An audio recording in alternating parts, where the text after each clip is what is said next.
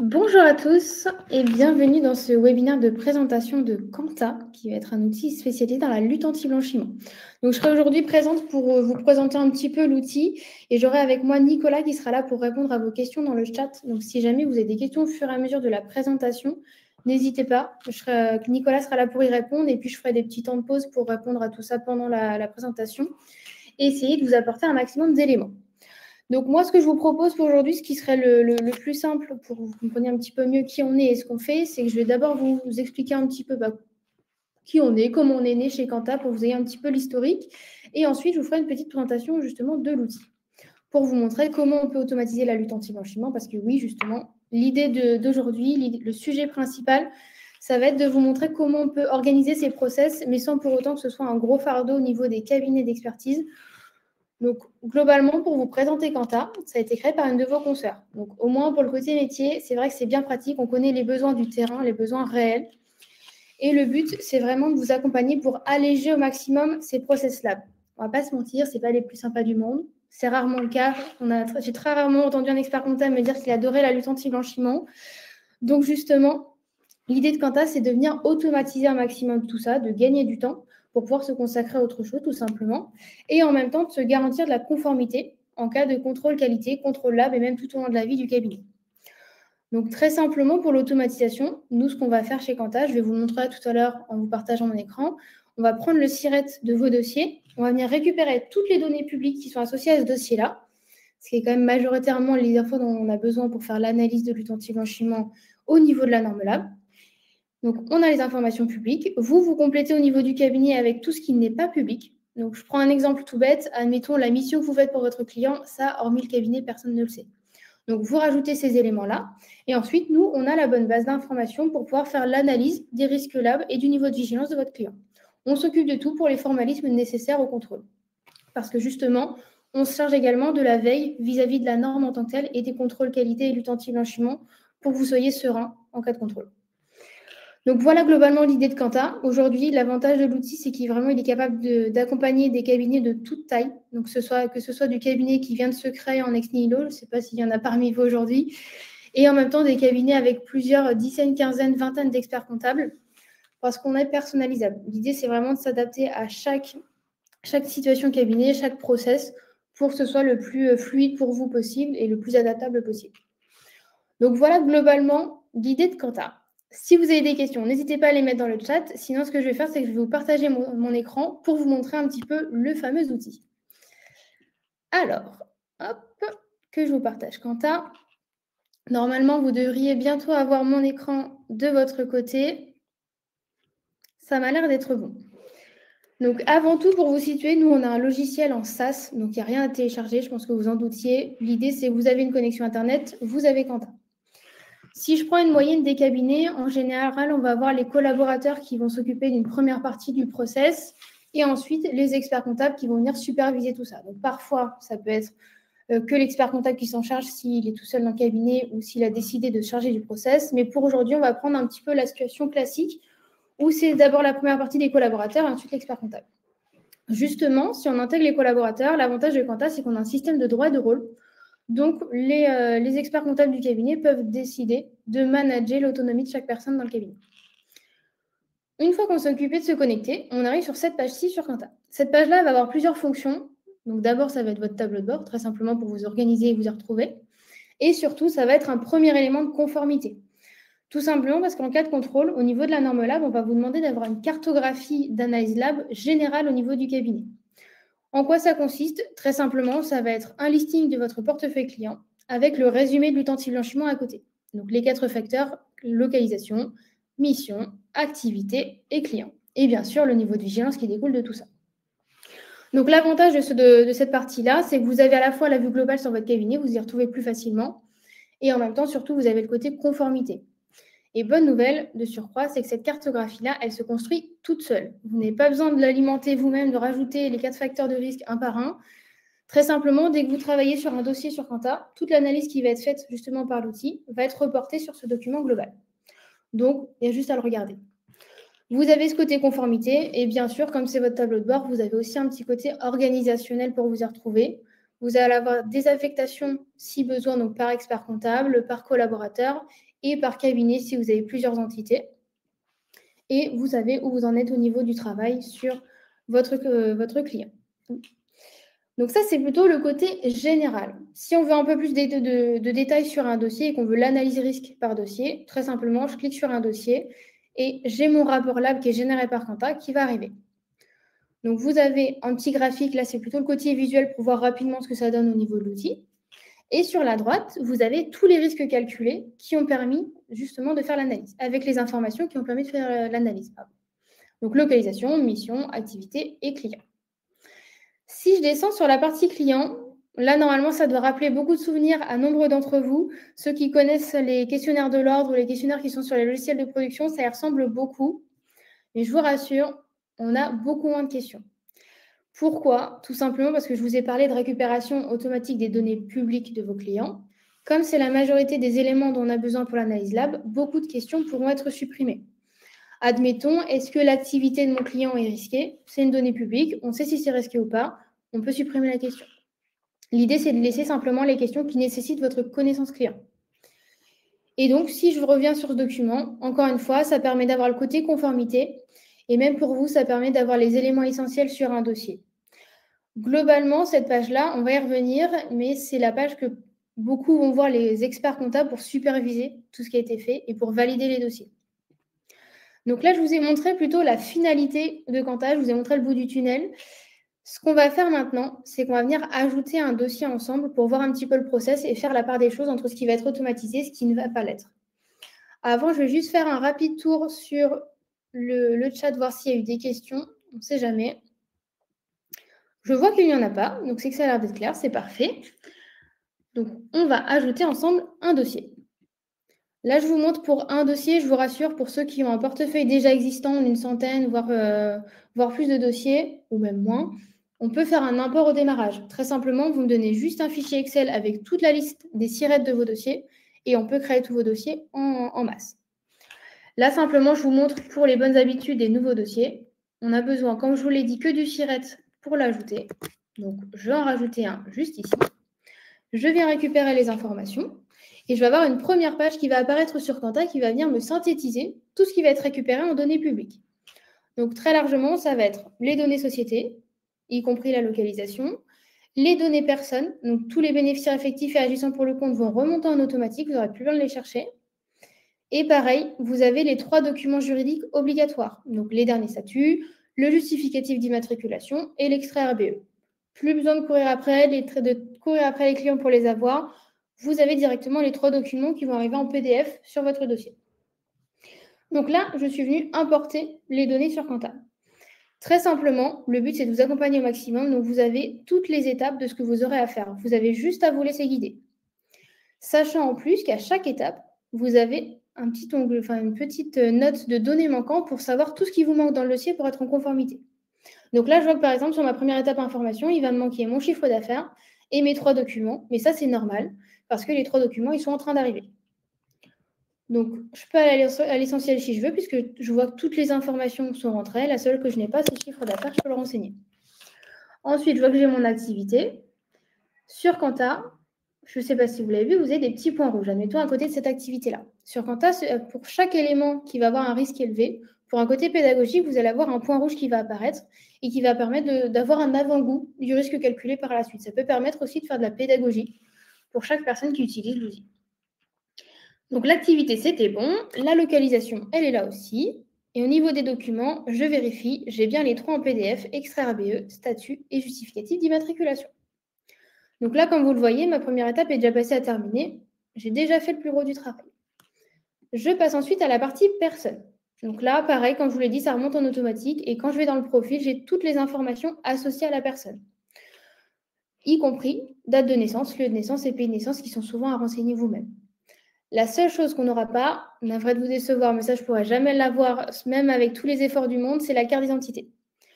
Donc, soit vous l'avez directement dans votre GED et vous l'ajoutez ici pour votre dossier, soit si vous ne l'avez pas, on a une petite nouveauté chez Quanta qui permet de demander le document directement à votre client depuis l'interface Quanta.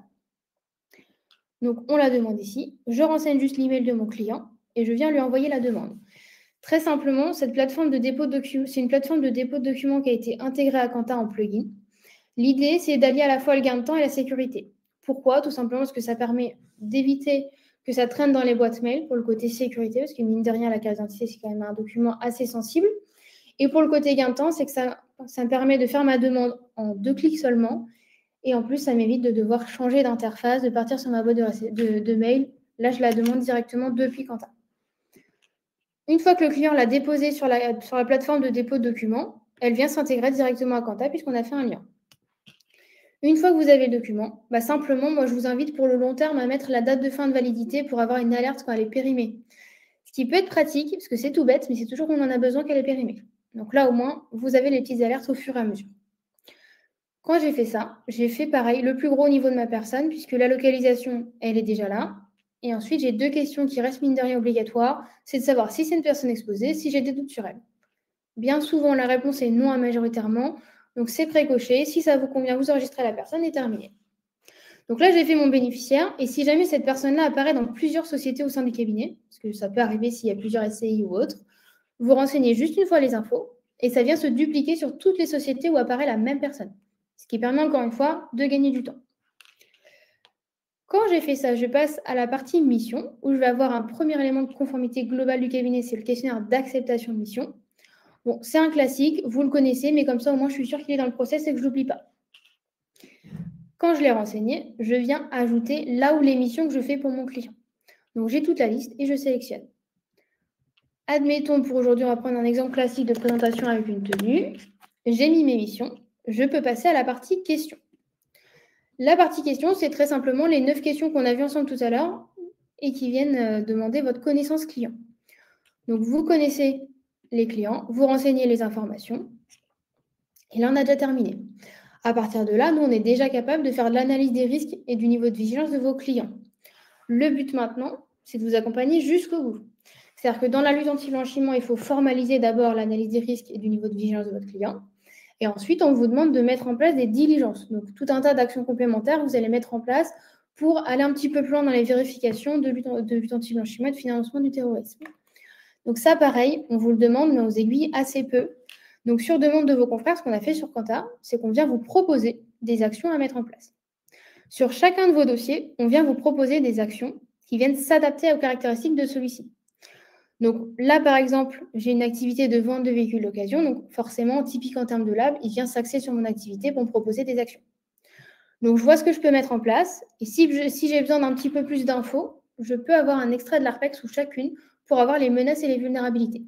Ce qui peut être pratique. L'idée, c'est encore une fois de vous accompagner, de faire de la pédagogie pour vous donner un maximum d'infos. Donc, vous avez votre ligne directrice de ce que vous pouvez mettre en place. L'idée, c'est que vous venez sélectionner celle que vous voulez prendre en compte pour ce dossier-là, pour qu'elle vienne ensuite se rédiger dans votre rapport de lutte anti-blanchiment. Donc, admettons, je prends tout, j'ai mes diligences, j'enregistre mon client. Ah, j'étais connectée depuis trop longtemps. Par sécurité, il m'a déconnecté. Je vais me reconnecter directement. Hop. Donc, comme je vous le disais, j'ai enregistré mon client, ce qui me rebasculait sur ma cartographie globale, et je vois que j'ai bien mon nouveau dossier, juste ici. Comme ça a coupé au moment où j'enregistrais, je refais juste la dernière étape, j'enregistre mon client. Et donc là, j'ai mon analyse qui se fait automatiquement. Oui, vous voyez, il suffit juste de passer une première fois le dossier, de l'enregistrer, et j'ai toute mon analyse qui se fait toute seule. Nous, comment on fait pour analyser les éléments sur Quanta? Très simplement, on est venu intégrer l'ARPEC dans Quanta pour venir faire l'analyse. Comme ça, au moins, on a les éléments de risque selon la norme. Donc là, tout ce qu'on vient de faire, c'est globalement, en moyenne, ce qu'on va venir déléguer aux collaborateurs au sein d'un cabinet. Comme vous l'avez vu, c'est quasiment que du contrôle d'infos. Les collaborateurs connaissent les dossiers, ils sont tout à fait à même de remplir cette partie-là. Avant de passer le relais à l'expert comptable, très simplement, ce que va faire le collaborateur, c'est qu'il va venir regarder si tous les éléments de conformité sont bien présents dans le dossier. Pour vérifier ça, on a un petit raccourci avec le point d'exclamation juste ici qui vient résumer tout ce qui va me manquer dans mon dossier.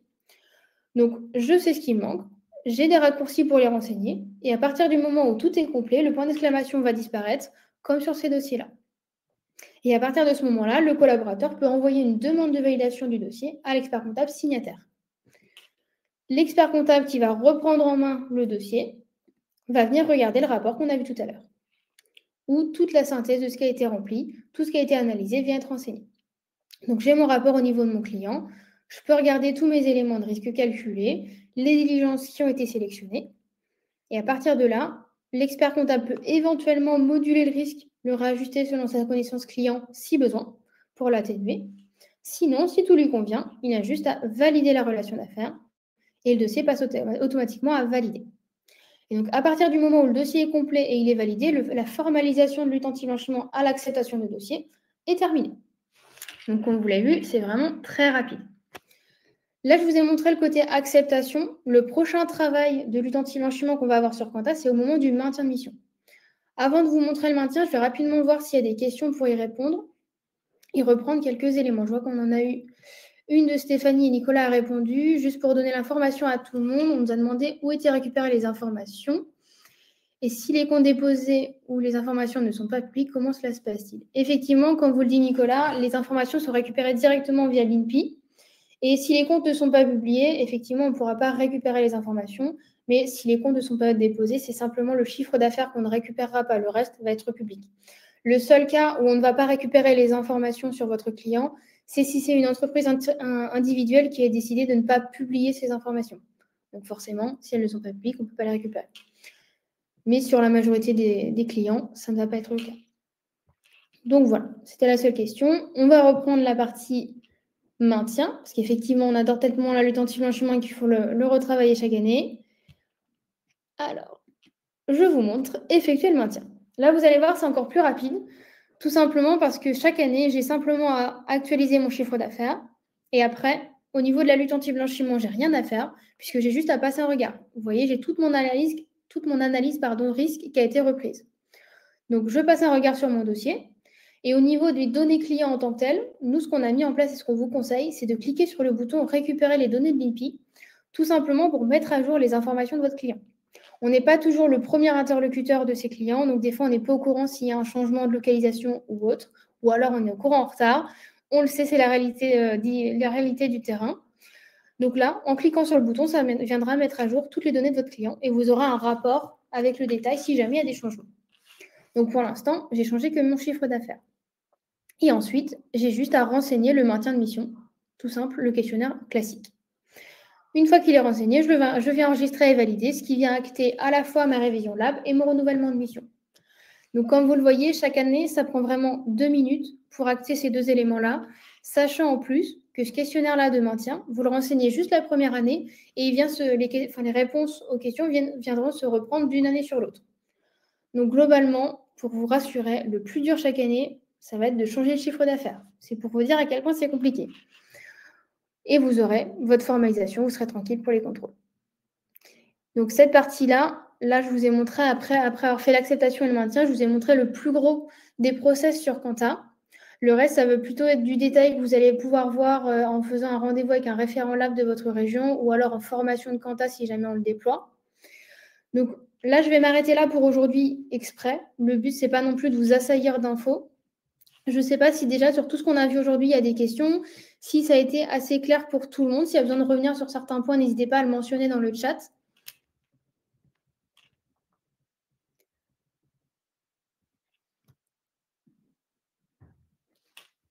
Et sinon, s'il n'y a pas de questions supplémentaires, on va attendre quand même quelques minutes de voir s'il y a des questions qui sont en rédaction. S'il n'y a pas de questions supplémentaires, ce qu'on va faire, c'est qu'on va vous fournir dans le chat également un lien pour prendre rendez-vous avec un référent lab de votre région. Pourquoi vous pouvez prendre rendez-vous? C'est simplement pour avoir un échange en visio plus personnalisé avec une personne de votre région référent lab chez Quanta et qui pourra vous accompagner pour spécialiser la présentation déjà un petit peu plus poussée et surtout la spécialiser selon vos habitudes de travail. Là, on est resté sur un cas un peu plus général. Alors, je vois qu'on a une question de Stéphanie. Comment se passe l'intégration des dossiers? L'intégration des dossiers, c'est très simple. Comme je vous le disais en début de présentation, vous avez juste... Alors, peut-on intégrer tous les dossiers du cabinet d'accord? Oui, tout à fait. On peut faire l'intégration en masse. Simplement, vous allez sur votre logiciel de production. Vous faites un export Excel de tous les SIRET, parce que c'est la donnée dont on a besoin pour créer les dossiers, sous format Excel. Et ensuite, à partir du moment où on a le fichier Excel, on peut s'occuper d'importer en masse vos dossiers. Le but quand on déploie Quanta, c'est que quand vous fassiez la formation, vous ayez directement votre univers qui est créé et vous aurez toute votre base de portefeuille client. Sachant en plus que si vous nous mettez quelques informations en plus du SIRET, on peut les importer sur Quanta. Du style, ça va être le code de dossier, la date de clôture, les affectations collaborateurs, si vous les avez également, vous pouvez les mentionner. Ça permettra d'avoir un maximum d'éléments dans Quanta au démarrage et de gagner du temps. Donc, tout ce que je vous ai montré, comme vous l'avez vu, j'ai parlé quand même un petit peu à côté pour vous expliquer. Donc, forcément, je mets un petit peu plus de temps. Comme vous l'avez vu, c'est très simple d'utilisation. Et le but, c'est qu'une fois que vous soyez rodé, en 5-6 minutes maximum par dossier, votre formalisation lab soit faite. Donc, là, pour le coup, je ne vous ai pas menti. Effectivement, ça va vite et on est en conformité puisque nous, on fait toute la veille au niveau de la norme. Voilà, donc la présentation est terminée. On va attendre quand même quelques minutes, voir s'il n'y a pas des questions supplémentaires, mais je n'ai pas l'impression qu'il y en ait d'autres. J'espère que ça a été clair pour tout le monde et puis on va, je pense, pouvoir bientôt clôturer cette présentation. Je vois qu'on est dans les timings parfaits de ce qu'on avait prévu pour aujourd'hui. S'il y a des questions, n'hésitez pas. Et puis de toute façon, nous resterons disponibles chez Quanta pour vous apporter des éléments par la suite, si besoin.